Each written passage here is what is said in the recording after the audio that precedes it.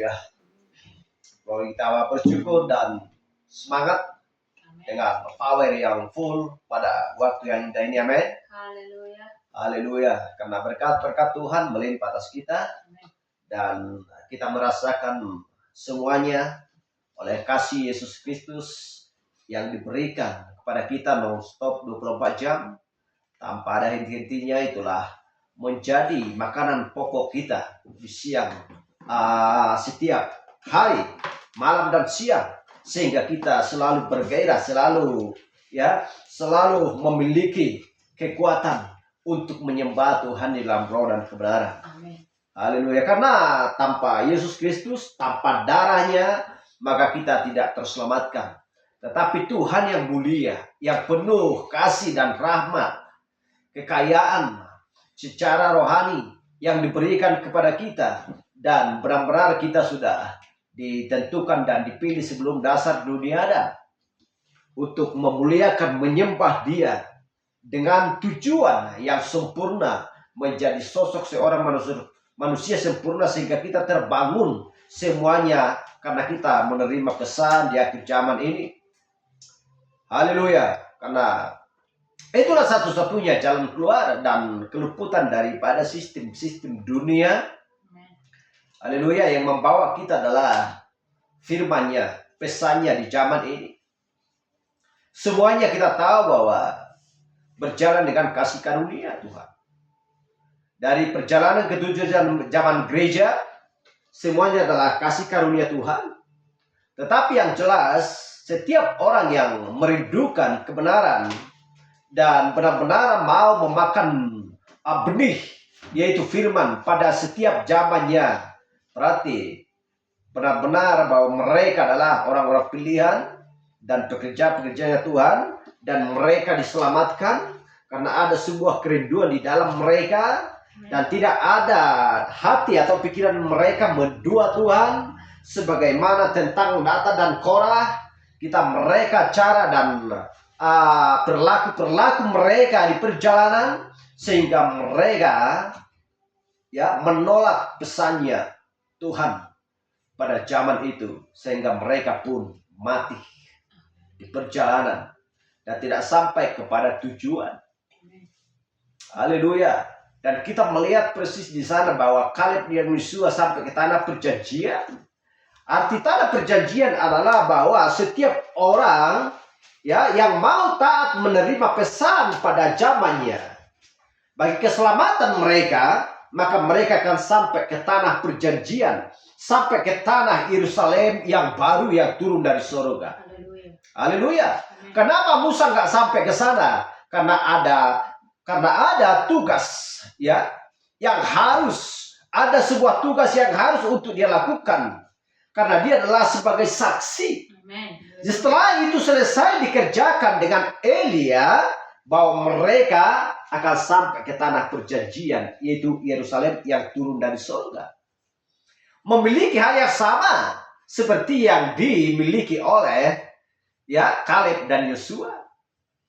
Mereka tidak beda dengan Musa, tetapi karena ada sebuah tugas yang harus dia lakukan, itulah membuat dia belum sampai ke tanah perjanjian.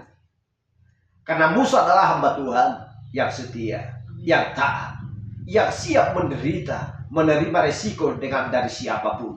Dari bangsa Israel, dia siap menerima resiko, tantangan, masalah, rintangan, dan lain sebagainya sepanjang mereka berada di perjalanan. Tetapi dia benar-benar memiliki kesabaran dan ketabahan, menerima padanya, menerima semuanya itu dengan ikhlas, dengan keikhlasan hatinya. Asalkan bangsa itu sampai ke tanah perjanjian. Tetapi mereka gagal. Satu di antara 1 juta. Dan mereka gagal oleh karena mereka mendua hati. Haleluya. Padahal mereka tahu bahwa Allah yang kaya dengan rahmat dan mengingat segala janji apa yang Tuhan janjikan kepada Abraham, yang dijanjikan kepada Ishak, yang dijanjikan kepada Yakub, Semua nabi pada waktu itu tidak pernah uh, satu janji atau sebuah janji yang diingkari oleh Allah. Semua tergenapi karena Allah tidak pernah mengingkar janji. Haleluya. Hanya manusia lah yang selalu kadang-kadang mengingkar janji. Itulah ada pembenaran, itulah ada pengudusan, itulah ada baptisan Roh Kudus. Jadi semuanya bertahap-tahap. Tidak hanya sampai di situ. Sebelum tiba saatnya, ada tahapannya. Langkah demi langkah. Seperti ketujuh anak tangga tersebut. Dan kita melihat bagaimana tentang perjalanan mereka. Mereka menyeberangi sungai Yordan. Mereka menyeberangi Laut Mati atau Laut Merah. Supaya sampai ke tanah perjanjian. Dan mereka sampai ke Kades Barnea, mereka melihat tanah perjanjian tersebut dari sana. Tetapi yang sakitnya bahwa bukan mereka semua sampai ke sana. Untuk mengenapkan Matius 22:14, banyak yang terpanggil tetapi sedikit yang terpilih. Siapa yang terpilih itu adalah yang tertulis di Efesus 1 ayat 4.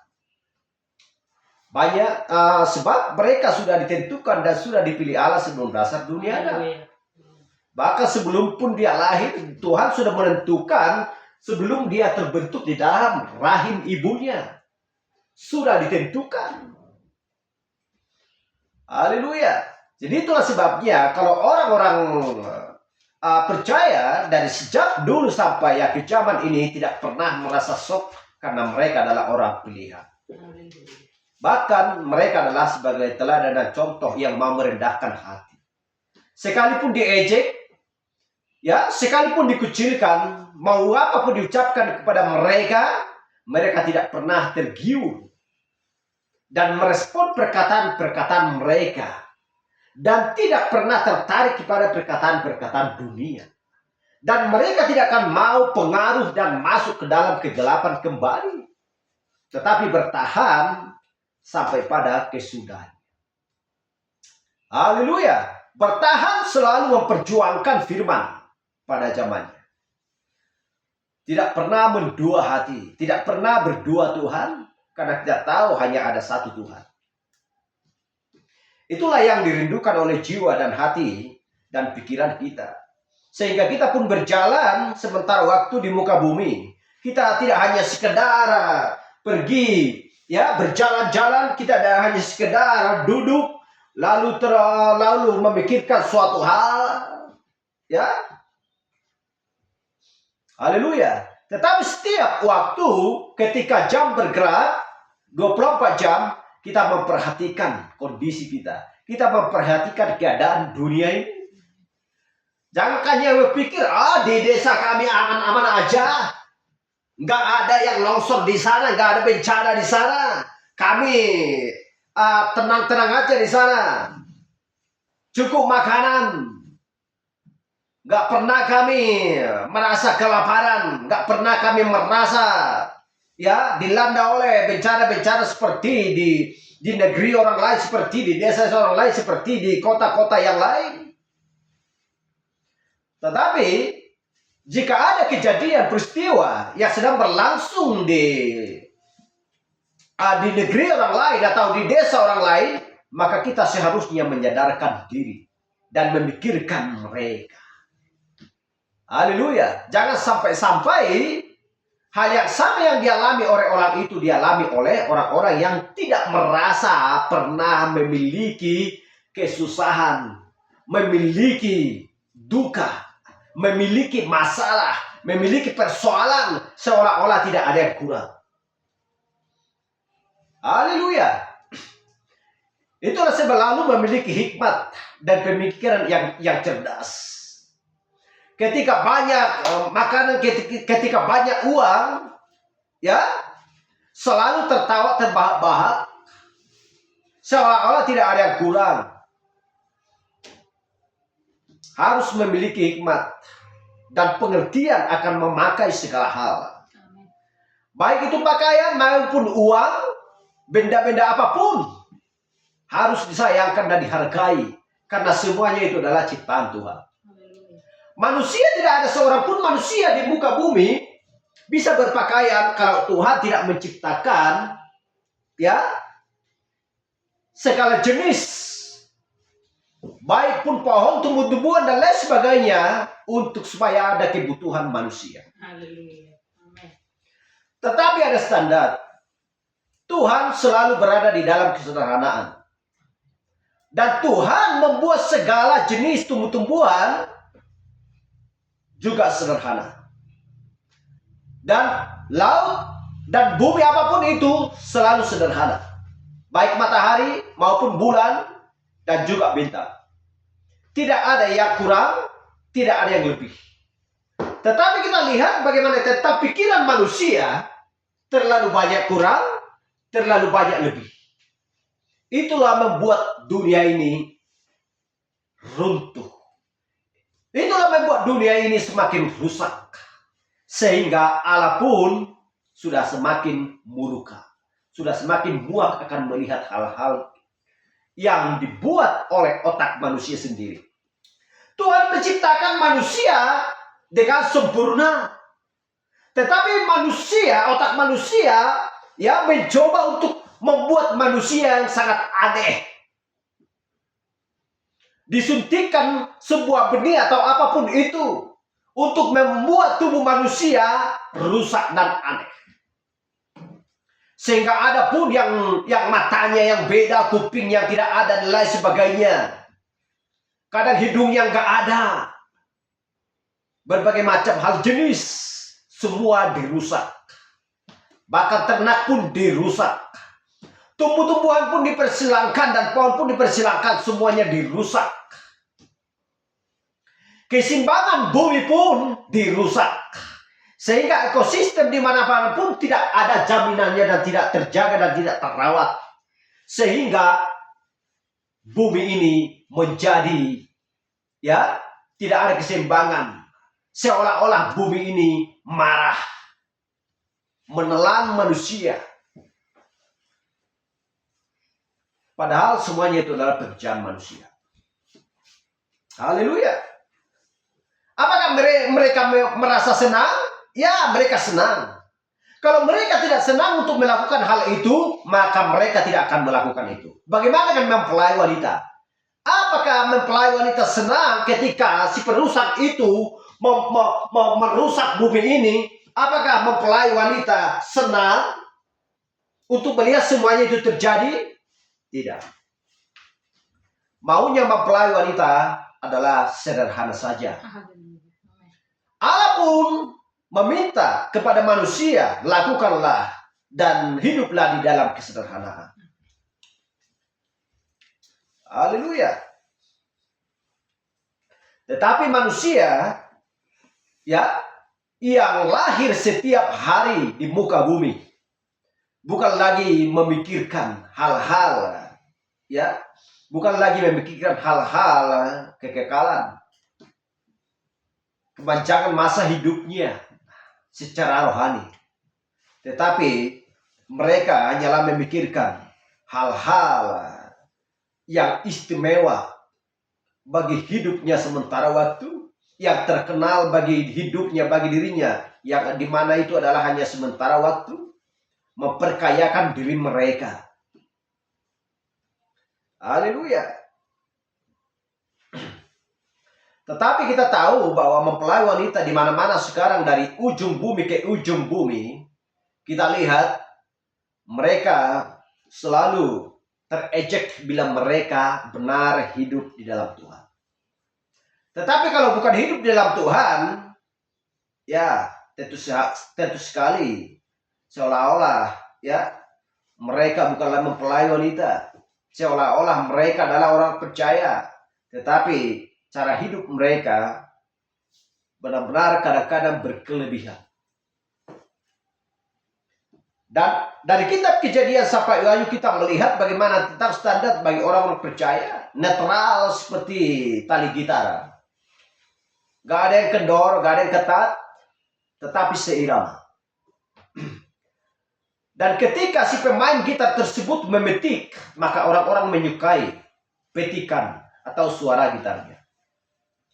Tetapi jikalau ada yang kendor, ada yang ketat, ketika dia memetikkan suara gitarnya, maka orang menggeleng-gelengkan kepala, seolah-olah dia nggak waras yang memainkan gitar itu. Haleluya. Tetapi jikalau mempelai wanita seirama, sejalan, sehati, sepikir, saling mengerti satu dengan yang lain, maka apapun pekerjaan mereka, apapun yang mereka pikirkan, Tuhan akan berikan. Haleluya.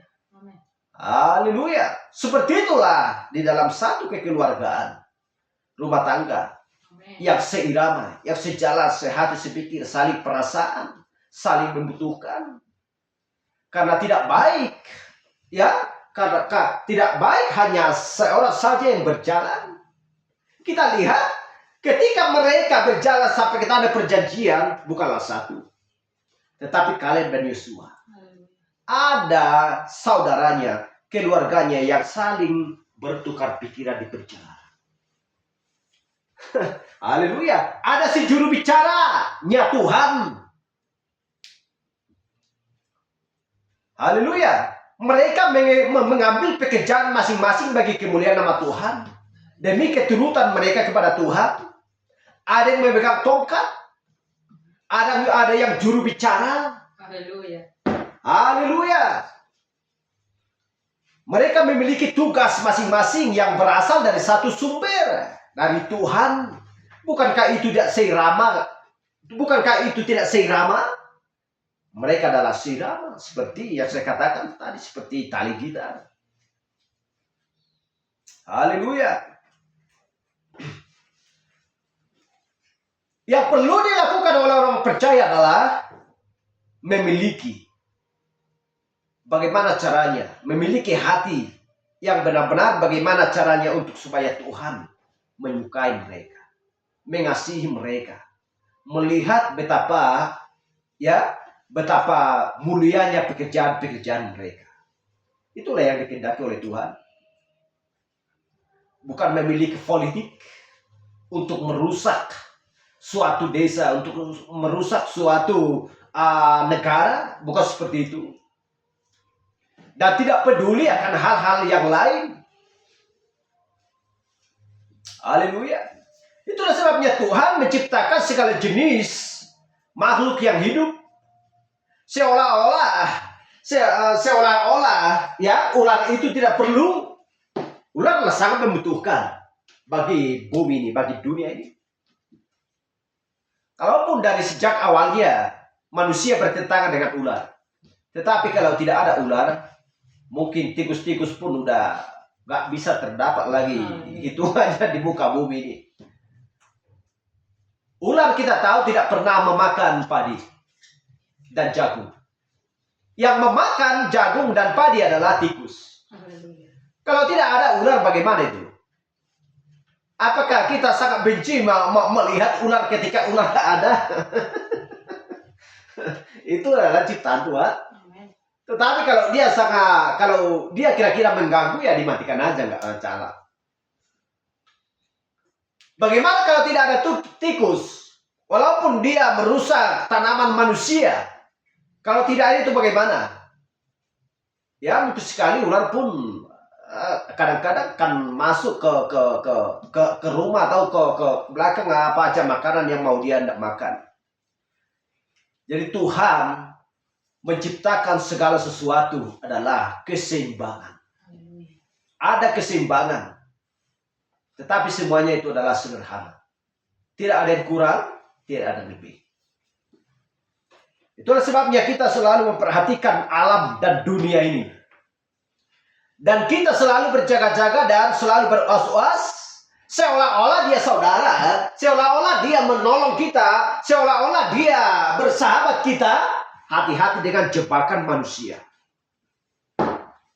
Tidak ada yang namanya kalau di luar mempelai wanita, tidak ada yang namanya, wah, kau sahabatku yang paling baik. Biarlah kau lebih pintar daripada aku. Gak ada jenis manusia seperti itu di luar mempelai wanita. Tetapi kalau sesama mempelai wanita, udah sahabatku, gak apa-apa kalau kau lebih baik daripada aku. Saya bangga. Amin. Gak apa-apa lebih sukses kau daripada aku. Saya bangga juga. Itulah standar mempelai wanita. Tetapi kalau orang-orang dunia, kalau lebih pintar saudaranya, sekalipun itu saudaranya kandung, lebih pintar daripada dia akan melahirkan kebencian. Itulah sifat orang-orang dunia. Baik secara jasmani, sekalipun secara dan juga secara rohani. Itulah sebabnya harus berjaga-jaga dan menghitung, dan kita bisa menghitung pikiran otak manusia. Kalau kita tidak bisa membaca pikiran dan otak manusia di luar mempelai wanita, kita gagal sebagai mempelai wanita. Mencoba memperdaya kita tahu memperhitungkan apa yang hendak dia lakukan bagi kita. Itulah sebabnya dunia tidak akan bisa meruntuhkan sifat mempelai wanita. Akan selalu berjuang di dalam keadilan, akan selalu berjuang di dalam kebenaran demi firman Tuhan untuk mencapai kepada kesempurnaan, menjadi sosok seorang manusia sempurna. Karena Tuhan berkata, hendaklah kau sempurna sama seperti Bapakku di sorga adalah sempurna. Sekalipun tuh firman Tuhan juga berkata, tidak ada seorang pun yang sempurna di muka bumi, tetapi hendak mau menuju kepada kesempurnaan. Haleluya. Jadi kita harus memahami setiap langkah kita. Hati-hati, masalah hidup, masalah uang, masalah juga kesehatan, bukan berarti semua makanan bisa kita makan. Berlawanan, bertentangan dengan tubuh kita.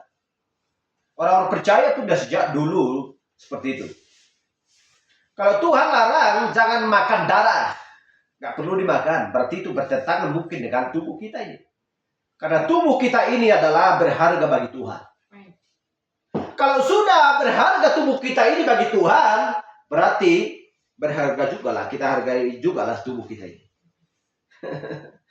Haleluya, glory.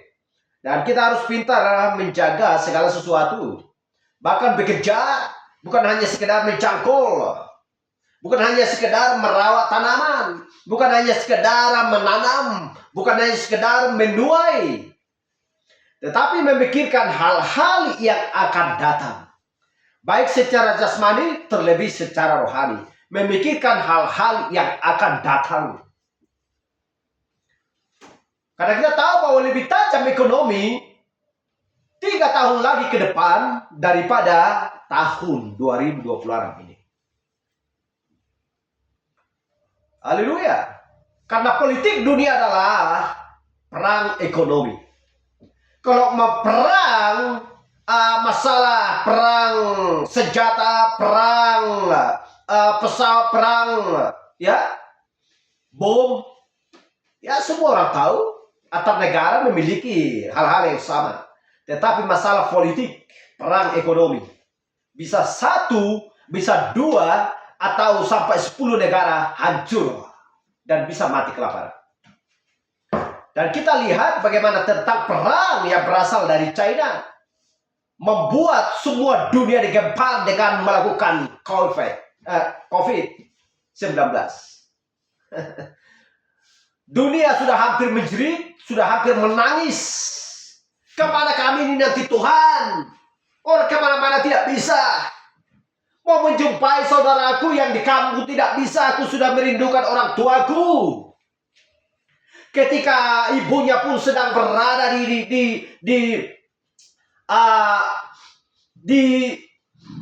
atau pergi kemana. Dan dia merindukan anaknya mau pulang ke rumahnya atau ke kampung halamannya juga tidak bisa. Karena dilarang oleh pemerintah. Haleluya. Masih itu. Berarti dunia sedang memikirkan yang 10 kali lipat lebih daripada itu. Bagaimana dengan manusia ini? Itulah yang dipikirkan oleh otak si setan sekarang. Bukan perang dunia. Kalau mau perang dunia secara senjata, ya bom orang. Setiap negara memiliki bom, senjata otomatis, jet tempur dan lain sebagainya. Tetapi bagaimana dengan perang ekonomi?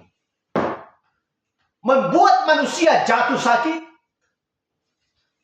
melepaskan miliaran hama untuk memakan segala tumbuh-tumbuhan. Manusia mau kemana? Haleluya.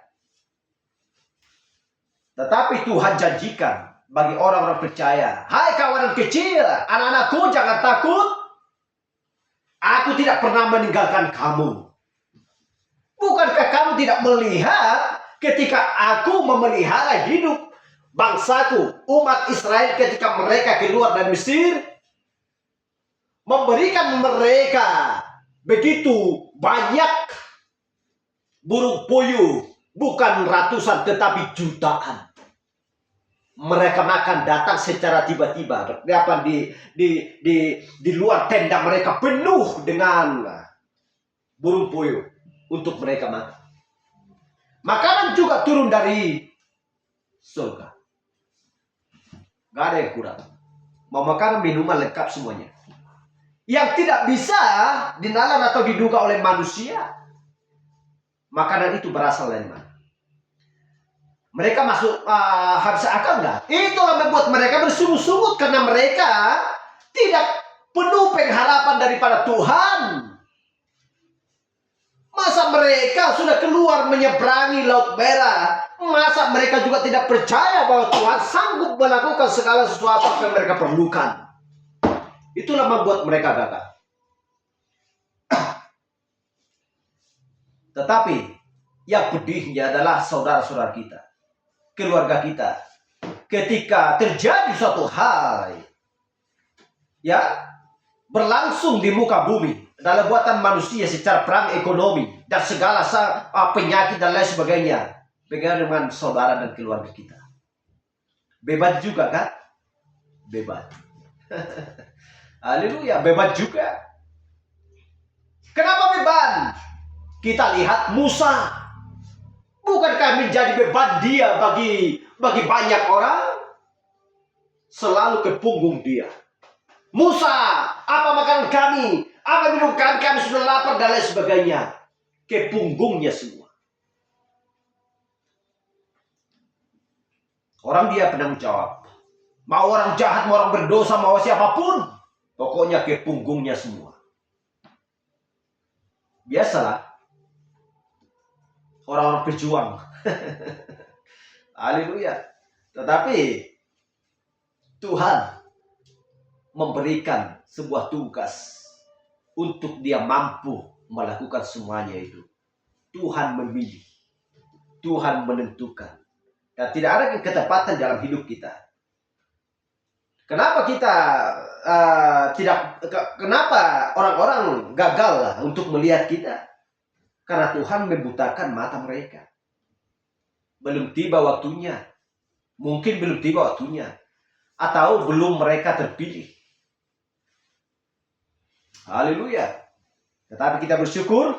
Karena Tuhan sudah memberikan makanan kehidupan. Yang tidak berkesudahan. Yang tidak bisa dimakan oleh apapun. Ya. Yang adalah firman kebenaran pada zaman ini. Sebagai makanan rohani kita, membuat kita semakin semangat dan bersuka cita untuk menjalani hari-hari kita, karena kita tahu bahwa Roh Kudus selalu beserta kita dan menjaga kita, dan selalu memberikan kekuatan bagi kita untuk melawan segala sesuatu jenis yang berasal dari dunia ini. Baik, kita buka kitab kita dari Bilangan 16 ayat 24. Dan kita langsung saja nanti membaca juga di Yohanes 6 ayat 9. Demikian firman Tuhan. Katakanlah kepada umat itu, pergilah dari sekeliling tempat kediaman Korah, Datan dan Abiram. Kita langsung saja Yohanes 6 ayat 9. Nenek moyangmu telah makan manna di padang gurun dan mereka telah mati. Mari kita berdoa. Tuhan Yesus, Juru Selamat kami, penebus kami. Kami bersyukur Tuhan dan berterima kasih atas berkat-Mu, atas kasih-Mu yang Kau limpahkan Tuhan bagi kami. Sehingga sehingga Engkau Tuhan membawa kami daripada kegelapan, daripada sistem dunia. Ketika tiba saatnya Tuhan, Engkau memanggil kami dan pekikan-Mu Tuhan, dan gurih Tuhan kami dengar untuk memanggil kami, menjadi kami masuk Tuhan di dalam terang di waktu senja ini Tuhan. Karena kami tahu Tuhan bahwa ada kerinduan di dalam hati dan pikiran kami untuk menyembah Engkau Tuhan di dalam roh dan kebenaran, tepat pada zaman ini Tuhan. Zaman Laodikia yang suam-suam kuku ini Tuhan. Terima kasih Yesus. Engkau sudah melupakan segala kesalahan dan dosa kami. Engkau sudah menyucikan segala kesalahan dan dosa kami Tuhan. Untuk supaya kami Tuhan menuju kepada kesempurnaan. Supaya Engkau Tuhan mendapati kami tidak bercela, tidak berkeluh Tuhan. Dan semuanya adalah Tuhan menjadi baik dan menjadi sosok seorang manusia sempurna. Di mana Engkau datang Tuhan pada kedua kalinya Tuhan ke muka bumi untuk mengangkat dan membawa semua orang-orang yang benar dari zaman dulu sampai ke zaman Tuhan pada hari kedatangan yang kedua, membawa kami Tuhan ke sesuatu tempat di mana Engkau sudah membangun semua tempat Tuhan yang sempurna, yang tidak ada malam, tidak ada gelisah, tidak ada penyakit, tidak ada apapun di sana selain daripada kesempurnaan, kekekalan dan sukacita Tuhan. Di mana Engkau berada, kami pun berada di sana Tuhan. Itulah yang kami cari Tuhan, itulah yang kami raih Tuhan, untuk supaya kami sampai ke tanah perjanjian. Terima kasih Tuhan Yesus. Engkau melimpahkan Tuhan kepada kami berkat-berkat yang mulia itu.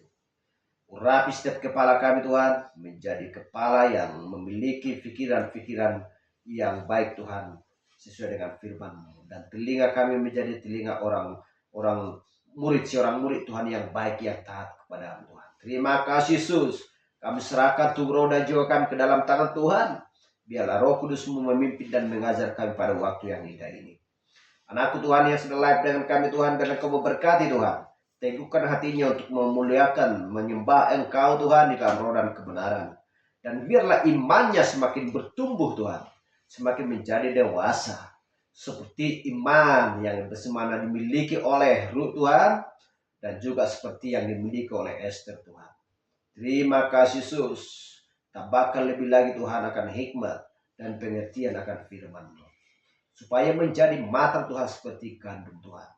Terima kasih Yesus. Kami akan lanjutkan pembahasan kami Tuhan. Kami tidak mau bersandar kepada pengertian diri kami sendiri Tuhan. Karena Engkau sudah mengutus Tuhan seorang utusan Maleakhi 4 ayat 5 Tuhan, 10 ayat 7, untuk membawakan pesan kabar keselamatan bagi kami Tuhan. Terima kasih Yesus. Biarlah Roh Kudus-Mu Tuhan pada waktu yang indah ini berserta kami Tuhan, bersama kami. Kami berdoa di dalam nama-Mu Tuhan Yesus Kristus selamat kami. Amin. Silakan duduk.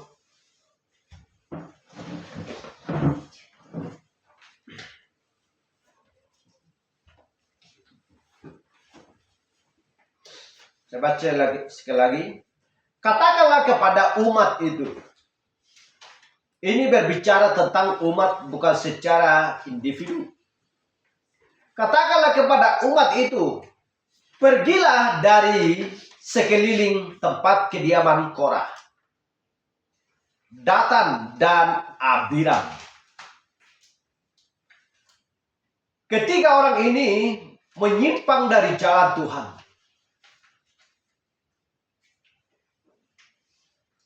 Tetapi yang dikatakan di Yohanes 6:9 bahwa nenek moyangmu menuju kepadamu telah makan manna di padang gurun dan mereka telah mati. Ini adalah sebuah peringatan bagi generasi penerus. Karena selalu melihat hal-hal yang sudah berlalu. Haleluya.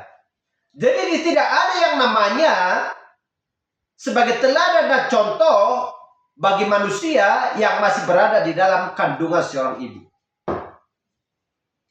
Tetapi harus seorang panutan, seorang teladan dan contoh bagi orang tua.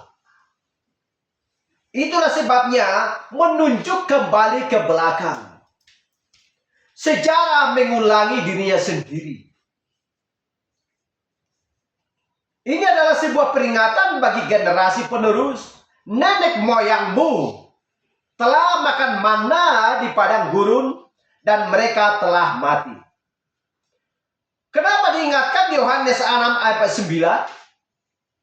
Dan ini tidak pernah berhenti hanya bagi perjanjian lama. Kalau ini hanya berhenti bagi perjanjian lama, maka ini tidak akan perlu dituliskan di Yohanes 6 ayat 9. Untuk supaya memperingatkan manusia, untuk supaya tidak melakukan hal-hal seperti yang dilakukan oleh Korah, Datan, dan Abiram.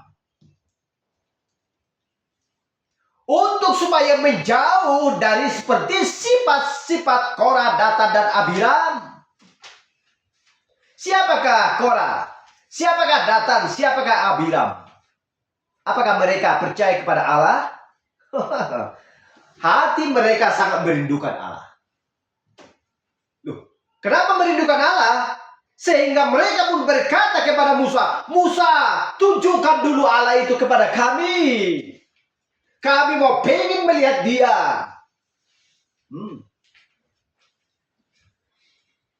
Ketika melakukan korban sembelihan, maka mereka beserta juga, berdoa juga.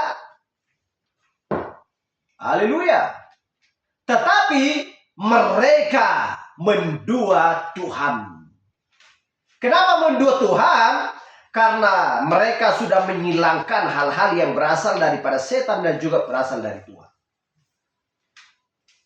Di luar daripada pesan pada waktu itu, mereka menerima di luar daripada pesan apa yang disampaikan oleh Musa kepada mereka. Mereka bimbang, mereka ragu, kadang-kadang percaya sedikit, kadang-kadang tidak. Seolah-olah apa yang dibawakan oleh Musa sebagai pesan bagi mereka bukanlah benar, bukanlah benar sebagian, tetapi sebagian benar. Ketika Musa membelah laut, mereka percaya. Ketika mereka makan manna dari surga, mereka percaya itu dari Tuhan. Bukan sulap, bukan sihir. Mereka percayakan hal itu. Tetapi karena ketika mereka tidak sesuai, tidak sesuai perbuatan Tuhan kepada Musa dan juga kepada mereka, disitulah kegagalan dan keirian mereka. Haleluya. Itulah kegagalan mereka. Itulah kegagalan mereka. Dan kita melihat bagaimana tentang peristiwa yang sedang berlangsung pada waktu itu. Datanglah kesombongan, keirian hati, cemburu, dan lain sebagainya. Kami kan orang hebat. Aku kan sama sepertimu. Kita kan sama-sama keturunan daripada Abraham. Masa engkau saja bisa membelah laut? Masa engkau saja bisa berdoa meminta kepada Tuhan? Masa kami gak dipilih? Emangnya kau siapa? Musa.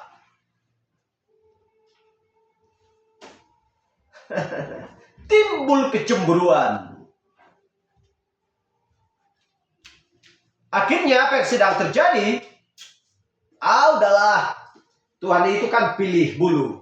Tuhan itu kan pilih orang. Kita kan bersama-sama dengan Abraham kok. Kita kan sama-sama Israel. Kita kan sama-sama keluar dari Mesir. Padahal yang Tuhan inginkan, ya, yang Tuhan inginkan hanya satu. Taat kepada pesan firman pada zaman itu.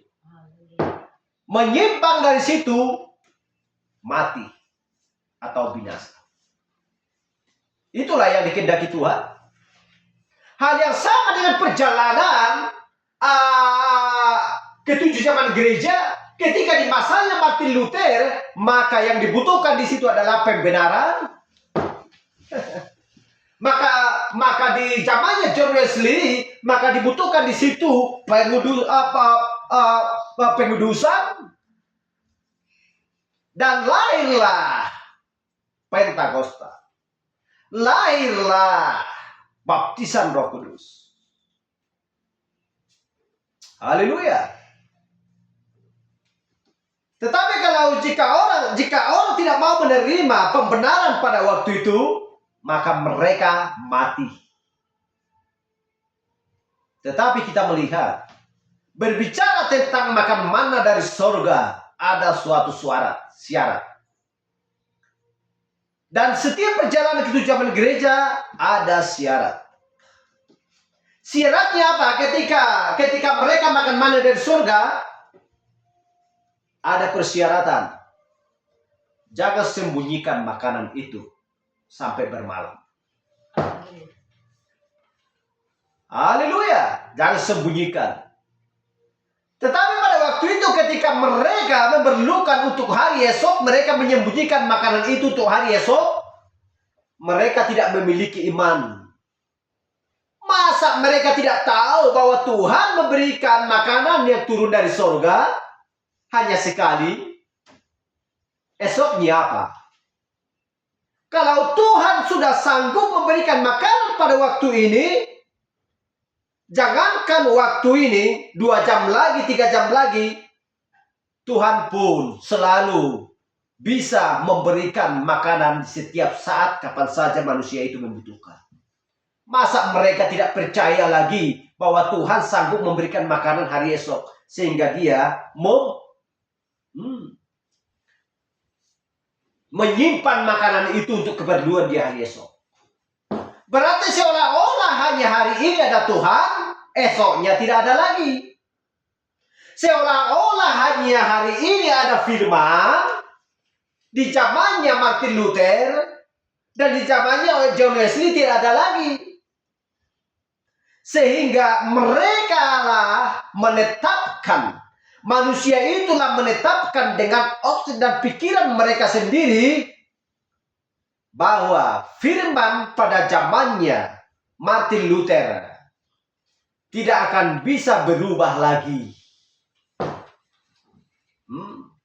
Padahal ada di dalam Alkitab bahwa keempat makhluk tersebut seperti singa, muka lembu, muka manusia, dan burung rajawan. Mereka tidak memahami akan hal itu. Mereka yang pertama dulu menyeberangi Sungai Yordan, mereka sudah menerima baptisan. Tetapi masalah Roh Kudus mereka belum menerima. Belum sampai ke tanah perjanjian. Mereka pikir ketika mereka keluar dari Mesir, mereka sudah selamat dan akan menerima tanah warisan tersebut. Gak ada jalannya itu. Harus ada persyaratan. Haleluya. Seolah-olah dunia ini tidak berjalan. Kalau dunia ini berjalan, terimalah firman Tuhan pada zamannya. Haleluya. Jangan hanya di pembenaran saja, tetapi berjalanlah kepada pengudusan, dan berjalanlah juga sampai baptisan Roh Kudus. Untuk supaya sampai ke tanah perjanjian. Tetapi ketika di masanya Martin Luther, mereka melakukan hal itu. Seperti mengenal huruf atau letter A, B, C, D. Diajarkan pada waktu itu A, B, C, D.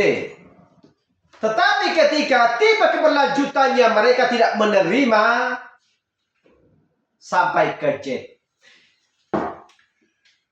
Kalau tidak sampai ke Z, berarti mereka masih memakai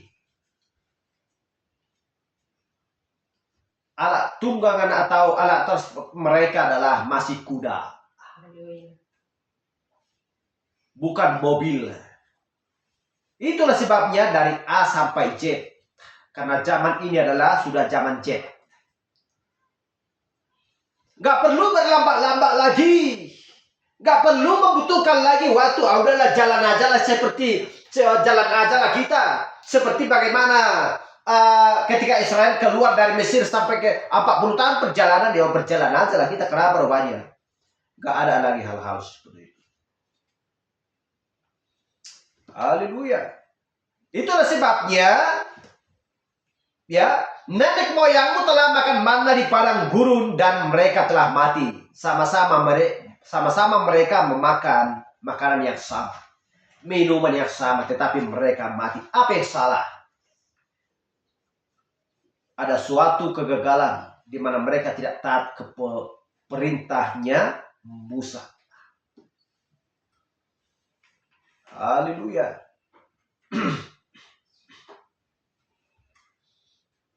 Karena mereka mendua Tuhan. Kita baca lagi di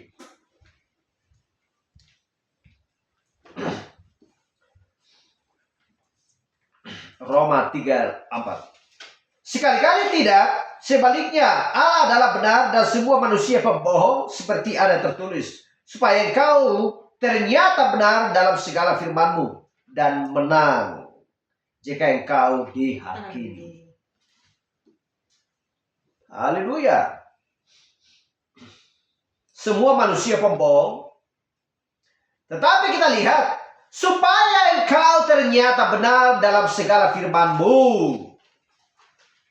Supaya engkau, kita lihat, menunjuk kepada engkau.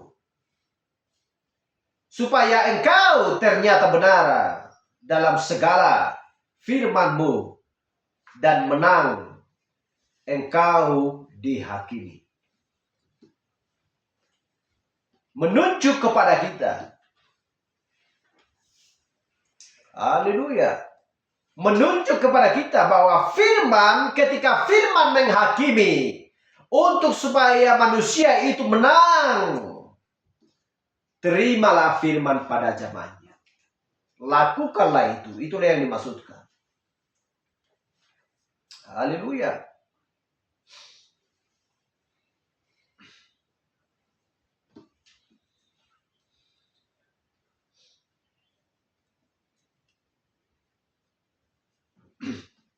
Jadi kita melihat tadi ada tiga jenis orang-orang yang tadi, itu bukan berarti karena mereka sudah mati. Tetapi roh mereka, spirit mereka selalu hidup sampai saat ini. Dan pewaris-pewaris mereka tetap berlangsung pada zaman ini. Itulah sebabnya selalu berjaga-jaga dan selalu waspada. Karena pengaruh-pengaruh mereka sangatlah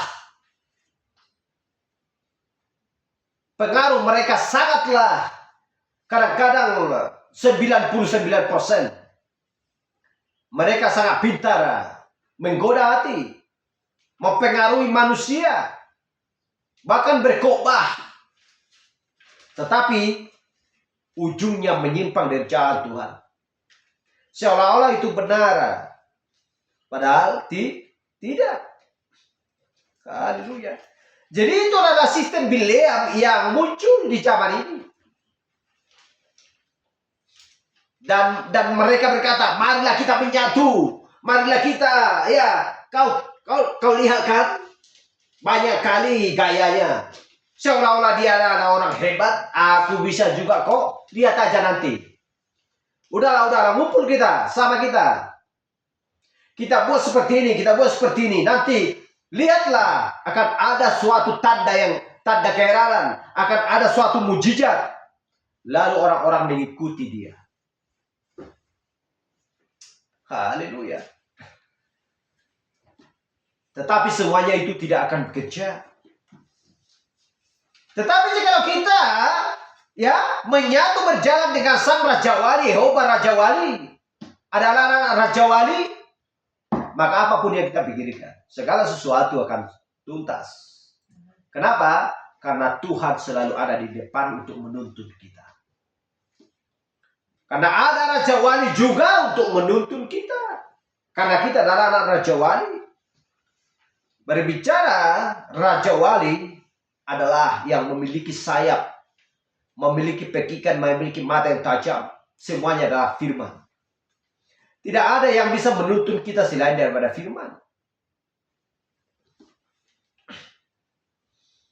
Haleluya.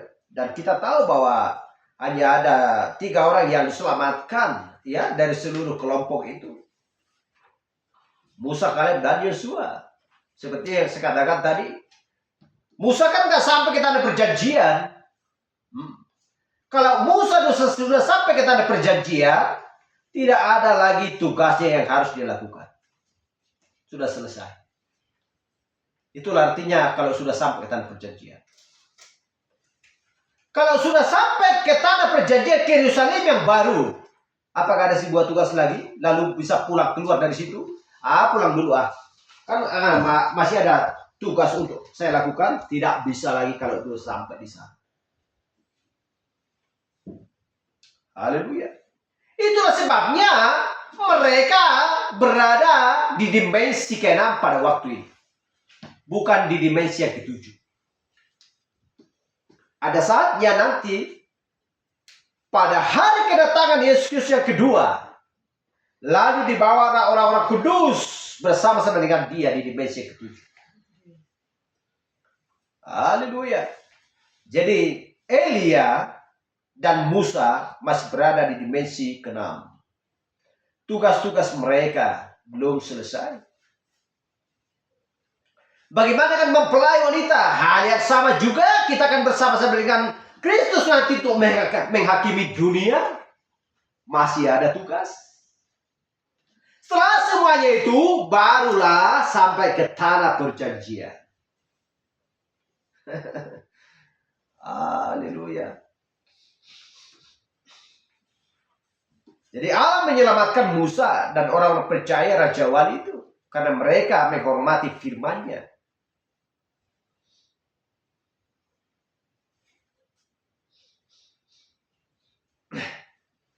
Jadi satu-satunya cara agar kita bisa beroleh kasih sayang dengan Allah, Allah itu kaya dengan rahmat di zaman ini, kita harus menghormati apa yang sudah Ia firmankan tentangnya dan menerima firman-Nya dan mengatakan ya dan amin. Apa yang Allah katakan, biarlah perkataan setiap orang adalah dusta, tetapi perkataan Tuhan adalah benar.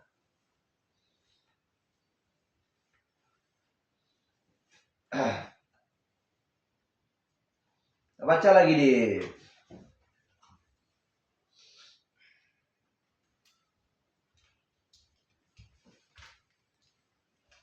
Bilangan 21 ayat 8 sampai 9. Maka berfirmanlah Tuhan kepada Musa, buatlah ular kedung dan taruhlah itu pada sebuah tiang, maka setiap orang yang terpakut, jika ia melihatnya, akan tetap hidup. Ayat 9. Lalu Musa membuat ular tembaga dan menaruhnya pada sebuah tiang.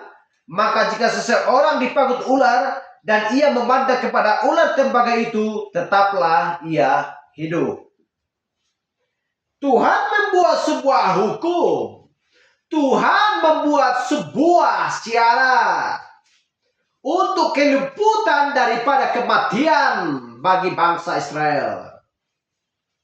Untuk supaya mereka tidak mati jika mereka percaya.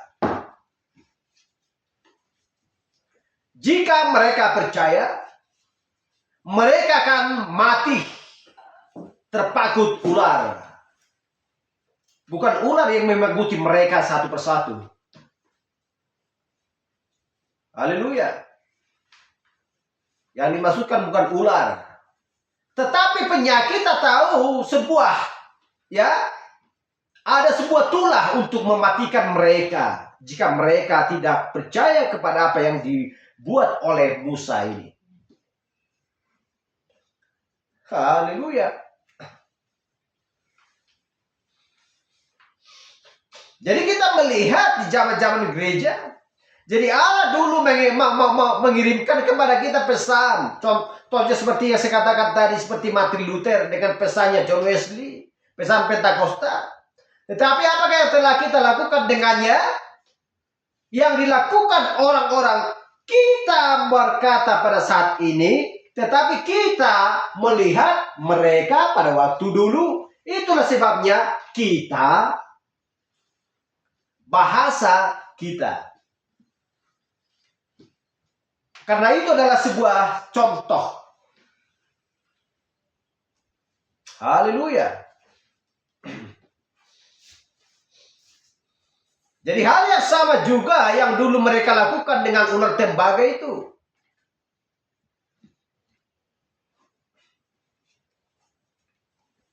Jadi kita melihat bagaimana tentang kesungguh-sungguhan mereka pada waktu itu keluar dari Mesir.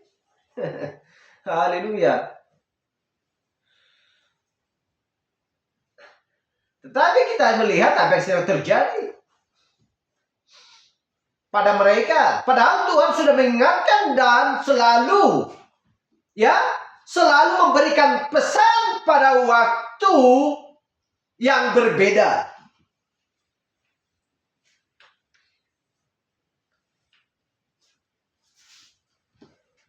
Tetapi selalu mereka menjauh daripada hal-hal itu, dari pesan itu. Jadi apa yang mereka butuhkan pada waktu itu tidak lain adalah organisasi, denominasi, itu yang mereka butuhkan. Jadi yang dimaksudkan mereka, kenapa Tuhan tidak mendaftarkan nama saya? Adalah Korah, seorang pemimpin bangsa Israel sampai ke tanah perjanjian. Kenapa saya nggak dipilih Tuhan? Itulah menimbulkan kecemburuan. Kenapa hanya Musa saja? Artinya, kenapa nggak dibuat saya di buku besar itu? Karena itulah yang mereka hendaki. Oh, kau pengurus gereja. Catat namanya. Kau bendahara, kau ini, kau ini, kau ini. Karena mereka merasa bahwa mereka adalah orang-orang besar. Orang-orang besarnya Israel. Padahal yang dikehendaki Tuhan bukan seperti itu. Mereka berpikir secara manusia. Jadi Tuhan berpikir secara firman. Itulah membuat bertentangan antara kehendak Allah dan kehendak manusia. Haleluya.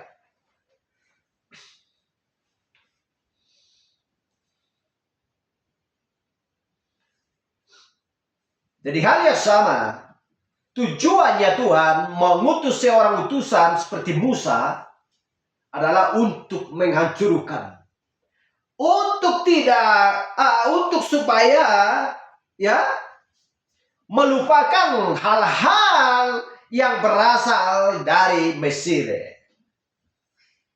Karena jikalau Tuhan tidak mengeluarkan mereka dari Mesir, sebentar lagi akan tiba waktunya bahwa segala sesuatu apa yang diajarkan oleh Firaun akan mereka taati dan mereka akan lakukan.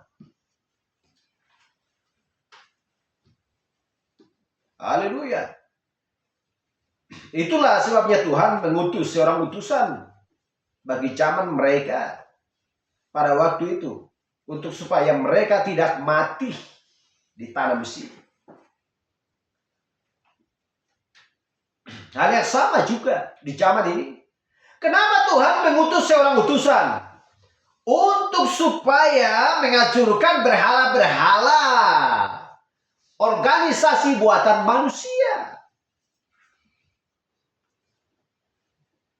yang menyangka bahwa mereka akan pergi ke surga, ya, karena menjadi bagian dari suatu kredo atau denominasi tertentu.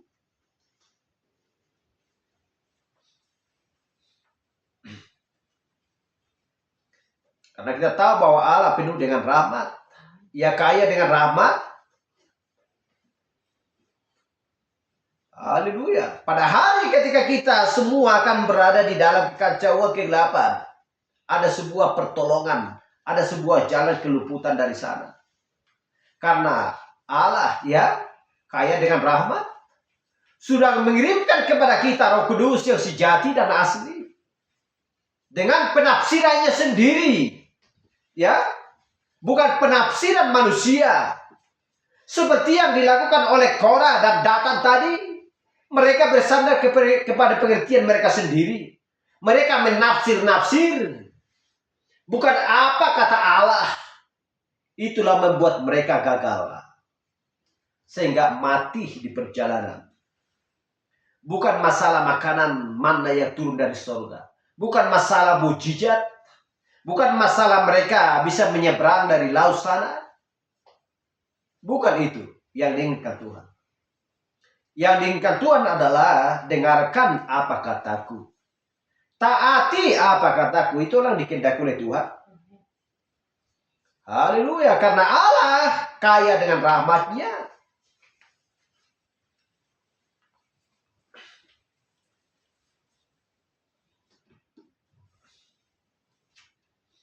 Jadi kita melihat, karena hal yang mereka pikirkan, yang bisa mereka lakukan hanyalah pergi ke ular itu, ya, atau hal kecil yang sudah Allah buat di luar sana. Menyuruh Musa untuk membuat dan menggantungnya di tiang, dan mereka bisa disembuhkan tanpa adanya kesungguhan mereka, ya, karena tanpa ada kesungguhan, jadi mereka hanya berdiri dan memandangnya, dan mereka jadi memberhalakannya. Dan Allah mengutus seorang nabi serta menghancurkannya. Jadi buat berhala, kenapa Musa melakukan demikian? Setiap orang yang memandangnya tidak mati, setiap orang yang memandangnya hidup. Seolah-olah Musa lah penyebab berhala, karena Tuhan memerintahkan untuk membuat sebuah tiang ular dan tembaga. Haleluya. Kalau Tuhan sudah menyuruh, memerintahkan mau apapun, taati saja, lakukan. Jangan ditawar-tawar. Mau apapun dibuat. Karena Maleakhi 3 ayat 6 dikatakan, bahwasanya aku Tuhan tidak berubah dan kamu Bani Yakub tidak akan lenyap. Tuhan sudah berjanji dan cuma katakan demikian. Mau apa lagi? Jadi itulah sebabnya semua orang yang dulu menolak untuk memandang ular itu di padang gurun, mereka binasa. Jadi Allah membuat sebuah jalan. Jadi jika seorang menolak untuk memandangnya, memandang firman itu, mereka akan binasa dan mati. Haleluya. Yang artinya adalah memandang firman. Haleluya.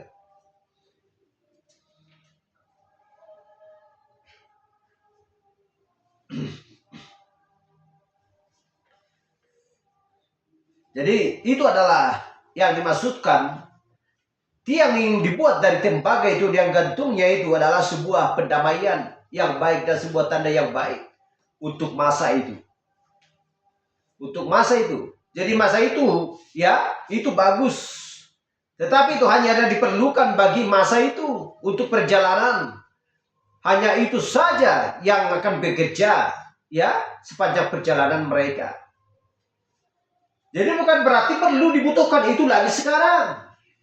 Untuk dibuat seorang utusan tidak perlu lagi. Itulah sebabnya sebuah makanan perlambang, makanan yang turun dari surga itu adalah perlambang firman pada zamannya. Haleluya. Gak perlu lagi akan pesannya pada masa Martin Luther untuk dikerjakan sekarang. Gak berlaku. Karena tidak ada di dalam firman bagi zaman Laodikia. Ini adalah kejaman. Semua dunia mengaku bahwa ini adalah kejaman. Udahlah. Kita hidup di dalam pembenaran aja. Gak perlu pengudusan. Gak perlu baptisan Roh Kudus. Mati. Kalau hanya pembenaran saja di zaman ini, semua manusia mati. Di mana berlaku? Zamannya Martin Luther. Orang melakukan hanya pembenaran, mereka selamat. Di zamannya Musa, asal mereka memandang dan percaya apa yang dibuat oleh Musa sedang firman Tuhan, mereka hidup tidak mati. Haleluya.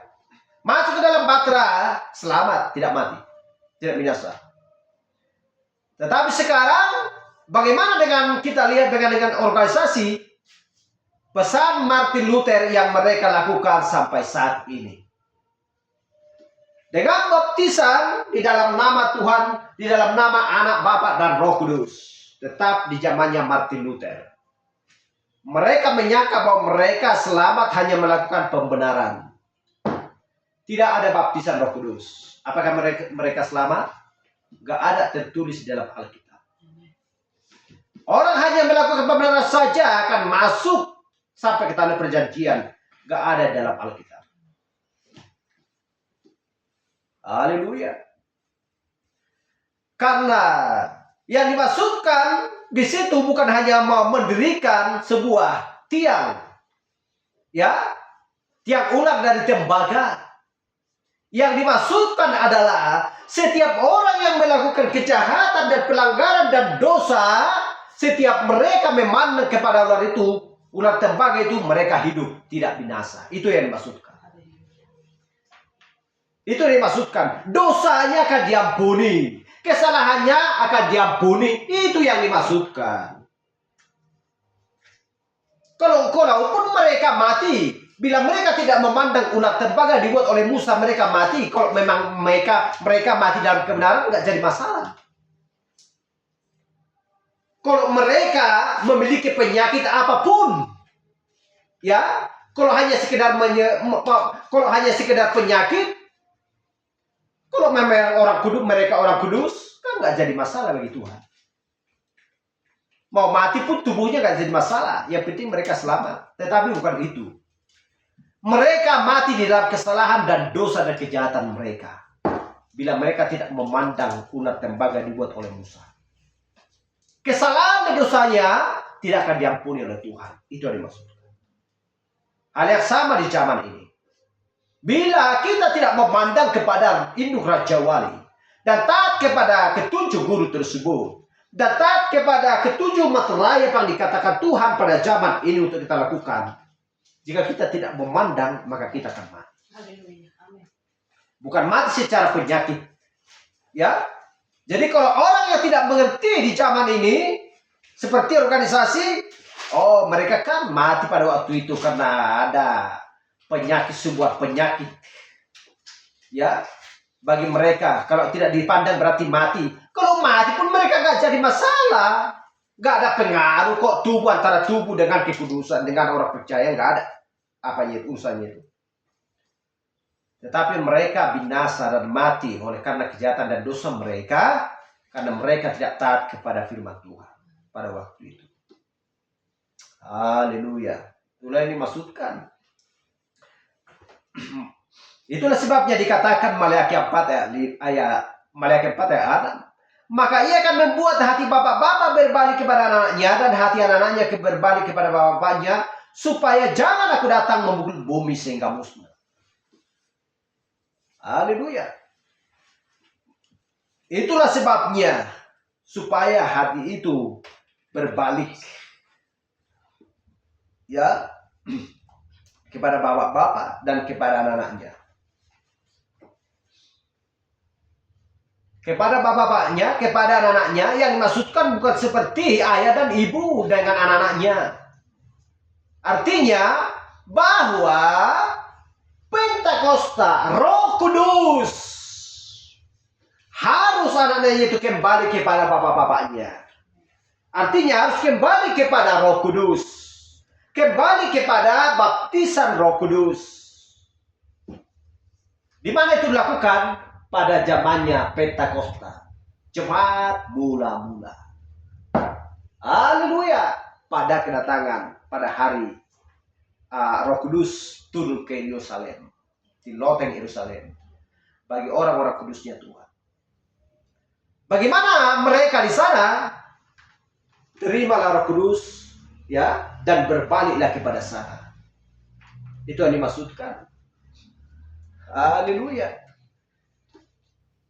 Glory. Bagaimana kita lihat tentang Yesus ketika ada orang-orang di kolam Bethesda, mereka mau menunggu antrian, ya, untuk supaya masuk ke dalam kolam Bethesda tersebut, untuk supaya mereka sembuh. Bukankah Yesus Kristus tidak bisa menyembuhkan orang sakit di mana-mana?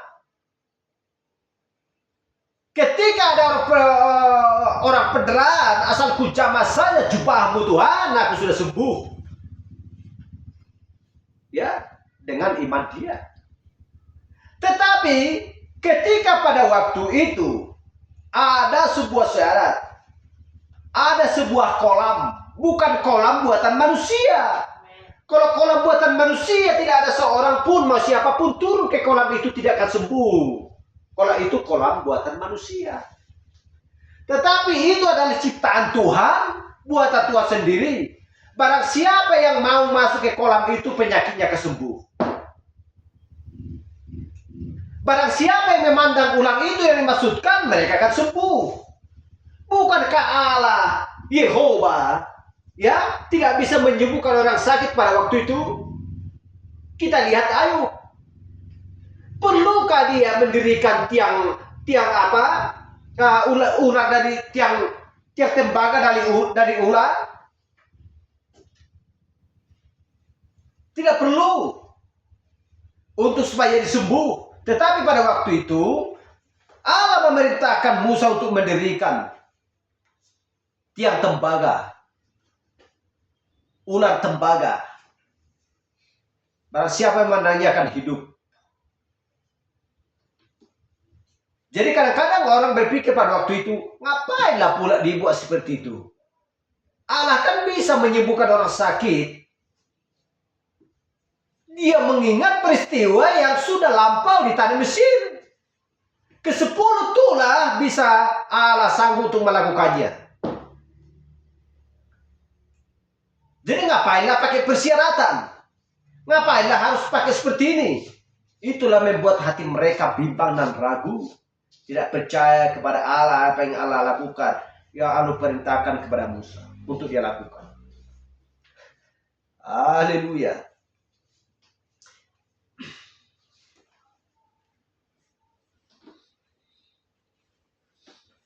Kita loncat saja ke ayat. Kita baca di Keluaran, kitab Keluaran 4 ayat 1 sampai 15.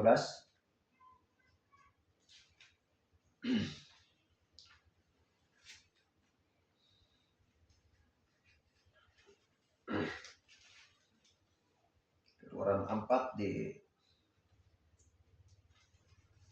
ayat 1 sampai 15. Lalu saud Musa, bagaimana jika mereka tidak percaya kepadaku dan tidak mendengarkan perkataanku?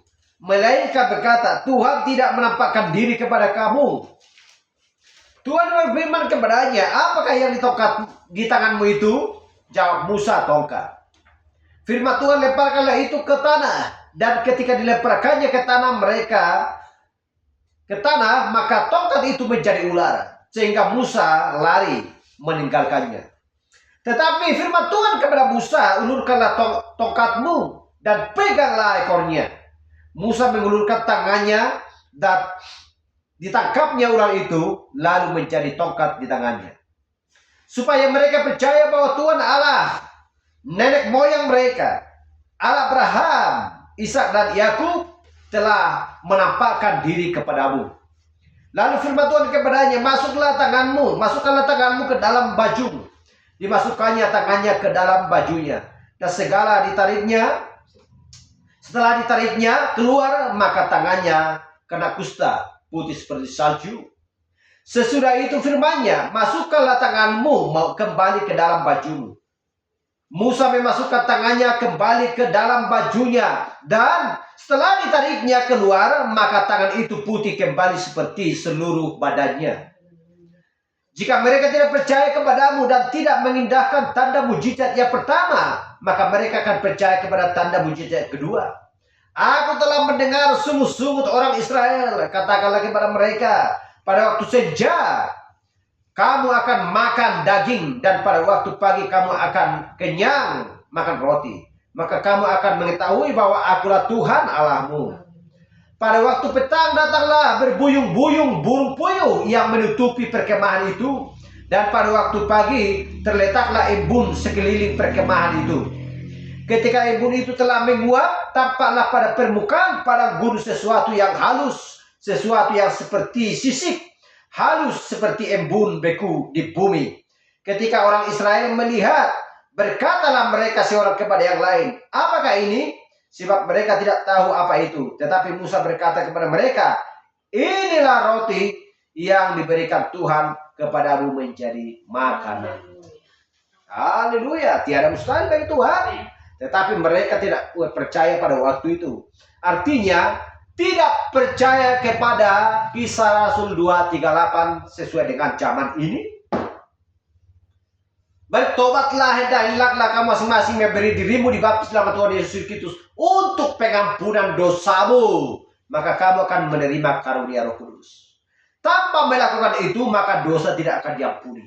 Seperti itulah orang-orang pada zaman itu. Mereka makan mana dari surga yang sama, minum air dari batu yang sama, tetapi mereka tidak terima akan ulat tembak yang didirikan oleh Musa untuk supaya mereka hidup. Itulah membuat mereka berpihak, membuat sebuah organisasi, membuat sebuah denominasi di mana mereka tidak percaya kepada apa yang dilakukan oleh Musa.